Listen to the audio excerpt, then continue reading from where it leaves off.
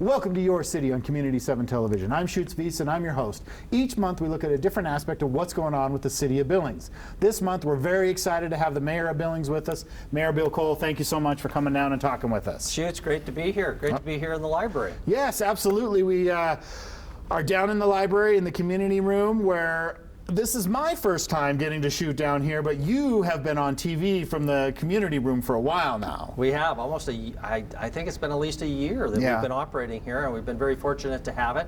The larger room allowed for better social distancing. It took us a while to get the technology set up to be able to have the capability to have people attend by Zoom.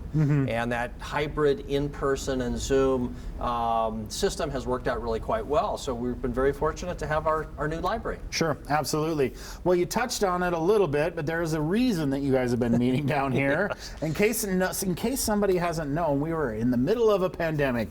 So that has caused the council to move down here for social distancing reasons and all kinds of things. But talk to us a little bit about as we're coming out of the pandemic and we're seeing some things turn over, maybe where has the city been and where's the city going as far as the pandemic is concerned? Yeah.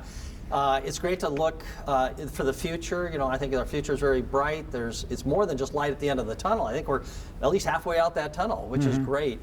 But I think it's very important that we never forget where we have come from. Yeah. The reality is that this was a life-changing and life-ending tragedy for many, many people. I think the number now is over 3.5 million people succumb to the coronavirus worldwide. More than 600,000 in the United States, more than any other country by far in the world. Brazil might catch up with us at some point. I think about more than 1,600 people in the state of Montana. I think last number was 272 here in Yellowstone County lost their life. My family member also succumbed to coronavirus. And so, you know, my heart goes out to all those family members. Every one of those victims was an individual with a story, left family members behind. Not just those who died, but also many who have long-term consequences to their health. And we're still learning more about that, but very real consequences. And then also, of course, many businesses that went under, or people who lost a lot of their savings, were challenged, lost jobs, a lot of economic disruption. So again, our heart goes out, and that's the negative side. But as I said, there's a lot of positives looking forward. Yep. So talk to us a little bit about what do you think some of the things that the city does, or the city operations, that are going to maybe take the longest to come out of the pandemic, that there's going to take us the longest for that train to get out of that tunnel, where that light that's going to get out of the tunnel? What are some of the things that are going to take the longest to get there? Yeah, I don't think we'll forget this for a long time. Yeah. And it has certainly impacted city operations.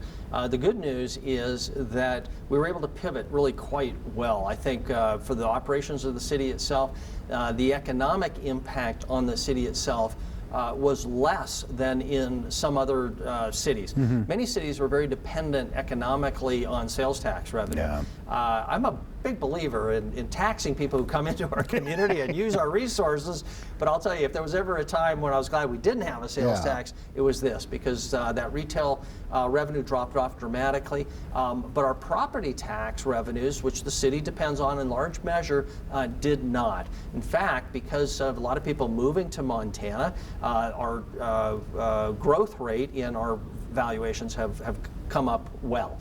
I think people have learned a lot. We've learned a lot about the technology. We were talking earlier about the technology here in this room, the importance of having good broadband capability, good technical skills. The people to manage all of those systems was really reinforced throughout the pandemic.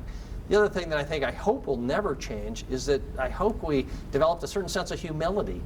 We always thought, or at least I always thought, well, you know, a pandemic, what's that? That's never going to happen in my lifetime. It's never going to happen to me. It's never going to happen to my city. Well, in today's world, none of us are immune, and I think that sense of humility is really important, and also our sense of appreciation for our fellow citizens. There was a real opportunity to turn on each other, and we saw a little of that. It became very politicized, our response, of course, but in Montana, I think we remembered that we were Montanans, and we, even when we had differences, we were able to put those behind us and work together. And I think all in all, our local public health officials, the governor's office, the county health department, local government, and most importantly, just our everyday citizens did a great job of getting us through the pandemic. And now it's off to the races, and we need to rebuild. Sure. What do you see as some of the things that are coming out, maybe coming out of the pandemic kind of the quickest, the things that, are doing, hey, this is maybe going a little bit faster than we even kind of guessed that would, this is opening up, or that's working better? What are some of those things that you see out there? Absolutely, just our economy. The Federal Reserve came out with an estimate for this year's growth of 6.7%, which would be the highest rate of growth in like 37 years. Just a year ago, we were fighting over baking soda and toilet paper in Albertsons. Yeah. And who would have thought that we would be looking at what now is looking like a very strong economy? We were talking about whether the depression was going to be a big depression or a gargantuan depression. And that never materialized in large measure because we were able to get the vaccine and huge federal dollars. Now, we're still going to have the consequences of federal borrowing for multiple generations, perhaps, and that's a cloud, I think, that's on the horizon. But just the fact that we were able to get a vaccine in people's arms in less than a year was a huge accomplishment. We don't want to go backwards. Sadly, our rate of vaccination in Yellowstone County, about 47 or 40, low 40s, is about 4 or 5% less than the statewide average, and about 15% some counties like Missoula. So that still means that most people have not been vaccinated. They need to get vaccinated so we don't go backwards. Sure. Let's talk a little bit about city council operations, because this was a very weird time to be running a city council, but there still needs to be a city council. There's still business that needs to happen. There's still council meetings that need to take place. You guys were able to manage to do that through the course of the pandemic, including using this community room to hold rooms for social distancing. Are there aspects of how the city council runs that you think will forever be changed in how you're doing it, just because we were forced to do it differently, and it turns out maybe doing it differently is better than how we used to do it? Yeah, never let a good crisis go to waste, right? Yeah. And the city responded, I think, very well. We never missed a city council meeting. The departments continued to interact with the public. Sometimes that was clumsy, but they were still able to get the job done. One of the things I think that we learned that won't change is the use of technology for people to interact with their government. So the use of Zoom, for example, it used to be that you would always have to come to a city council meeting if you wanted to be heard or send an email. I think that the city council would like to have hybrid systems going forward and have that kind of technology where somebody wouldn't have to come down to City Hall and spend 4 hours, sitting in an uncomfortable chair. They can tune in when their item comes up, and that's makes for better input from our city and produces a better level of customer service for our citizens. So that's a critical element, I think. All right, good deal. There's a lot to talk about, Mayor, so let's move on from there. The next thing I want to talk about is public safety mill levy. We recently had a public safety mill levy passed. Let's start there. The last public safety mill levy. Kind of explain the mechanics of that, because it is kind of a bit intricate in what happened there, and then the votes for that, and so walk us through what that last public safety was, and then maybe we'll get into what's coming up. Sure. So the context for all of this is we have a crime problem. If you Google Billings crime rate, as I did the other day, I found a rating service. Billings, Montana, F. An F. Yeah. Who would have thought it? Growing up in small town Montana, I don't want to say the last thing, but crime was not front and center.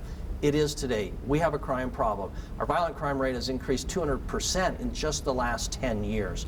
Violent property crime also up. Last year, our homicide rate was more than double the previous high. These things kind of go up and down.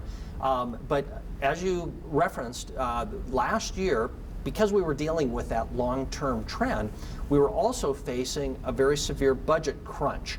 Because we'd been putting dollars into, especially the police department, without additional revenue, we had a structural budget deficit. We were spending more than we had. We were able to plug that gap using piggy bank money, reserves, which we did for a couple of years, but that was running out, so we knew we had to do something. So we went to the voters, even when we were fighting over toilet paper, and we said, these are the facts, and what we suggested is that we repeal a previous public safety levy that was in a fixed dollar amount. It was originally calculated at 60 mils, which is a percentage of property, but it was a fixed dollar. So that meant that as time went by, and that was past 16 years beforehand, everybody paid less because the city grew and other people started paying into that. Yeah. But the part that everybody paid on that levy went down. So what we did is we said, let's repeal that, go back to the original 60 mil calculation, get rid of the fixed dollar amount, so the 60 mils will increase with the value of your property as that goes up. That allowed us to bring in about $4 million of additional dollars, which plugged about 80% of that budget gap that we had. So what it didn't do was allow us to hire anybody else, any more people. But what it allowed us to do is avoid cuts to our parks department, our police department, our fire department that otherwise would have been inevitable. So we're able to now maintain that status quo. Thank goodness the voters approved it almost 2-to-1, the highest rate of approval of any mill levy in the 20 or 30 years I was able to look back. So that's great. I was hoping that our crime rate would then start to drop. We were seeing it plateau, but then the pandemic hit, 2020 hit, and that crime rate took off. So now our domestic violence numbers, our violent crime numbers are continuing to go up, and that's why we want to go back to the voters and ask them for more money so that we can hire more police officers, more prosecutors, more firefighters, more code enforcement officers, more municipal court workers. And that's what the next levy will be about. So let's talk a little bit about that. I believe the council is in the debate process right now for the public safety levy, but I guess I would give. It sounds like this is probably going to be something that's going to, in some form, end up in front of the voters. Yes, very likely. At our last business meeting, we approved on first reading going to the voters. At our next business meeting in a week, we'll see that on second reading. I would not expect significant changes from what was approved on first reading. What the proposal was that was approved a week ago calls for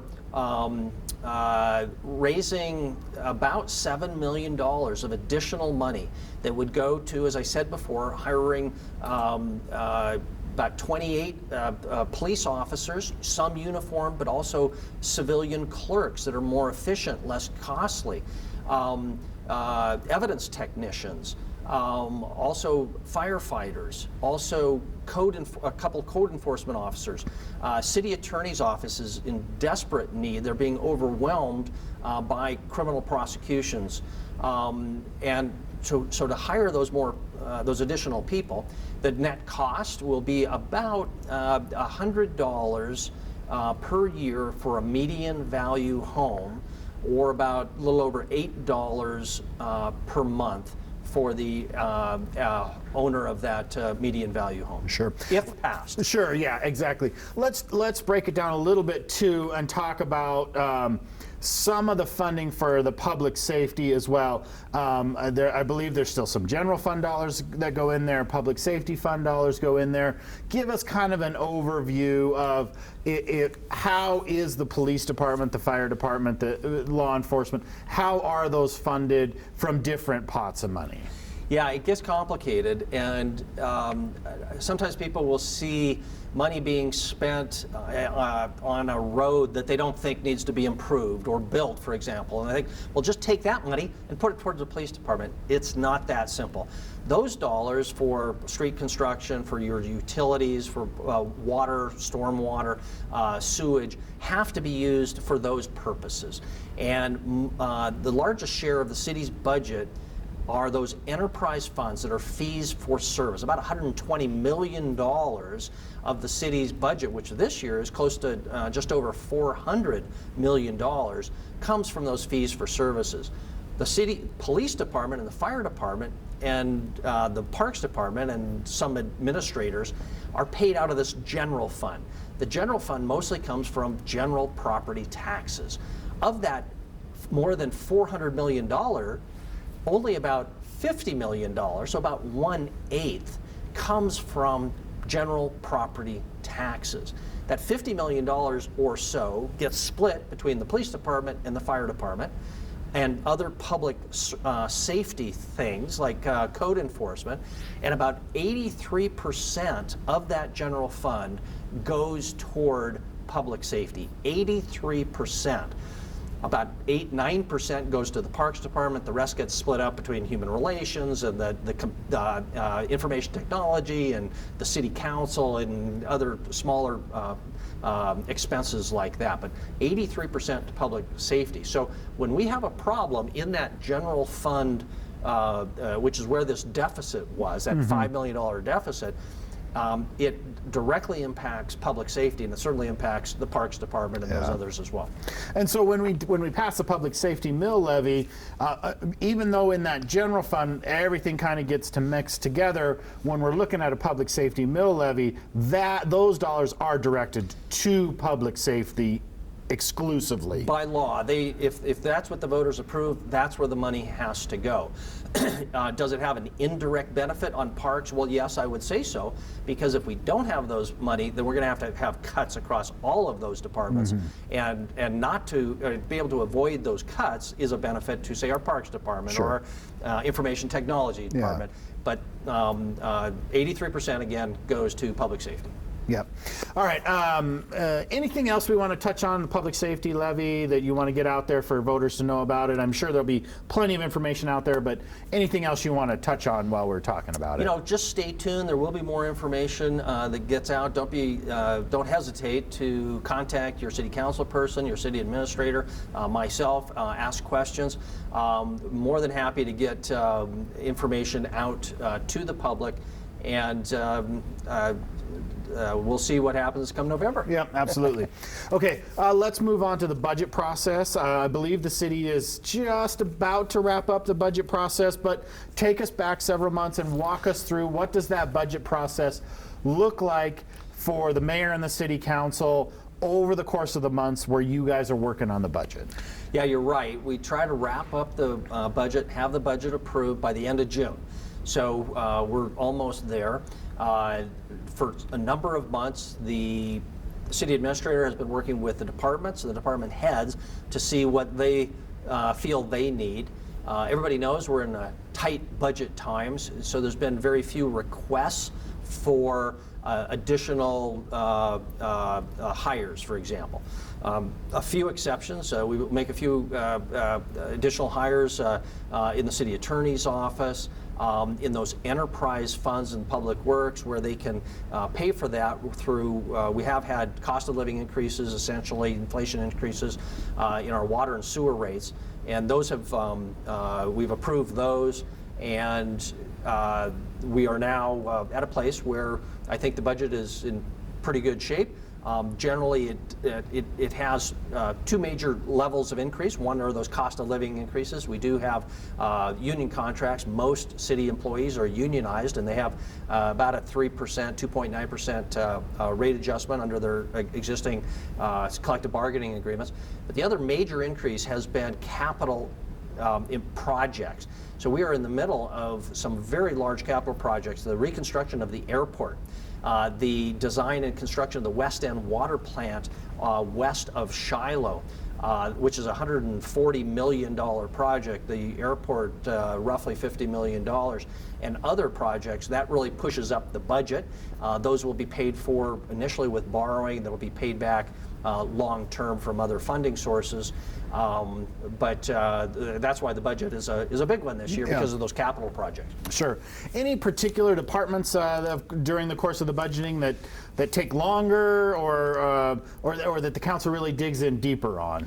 You know, in the past few years, the Parks Department has been in that under that microscope, not because of anybody having any concerns, particularly about how those dollars are being spent, but because people know that we have a great deficit in our parks. We haven't built, until Centennial Park was built this year, another large regional park, general use park, for almost 40 years, since our population was half of what it is. And that was when we started on Castle Rock in the Heights. There just aren't dollars there.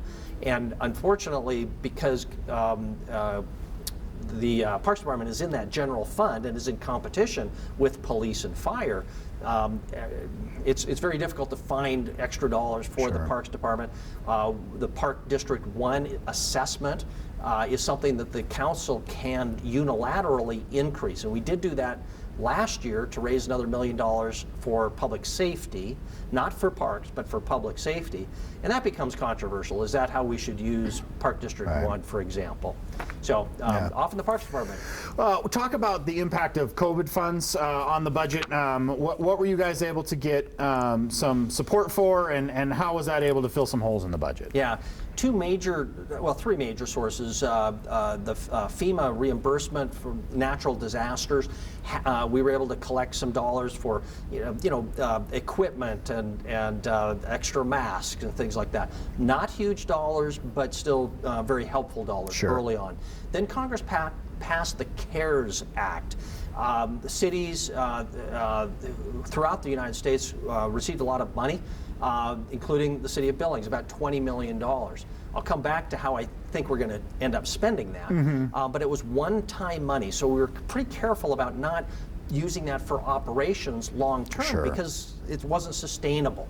But we did take just over $1 million and put it into one-time expenses for the police department, software, body cameras, additional equipment, overtime that we think has really helped the police department.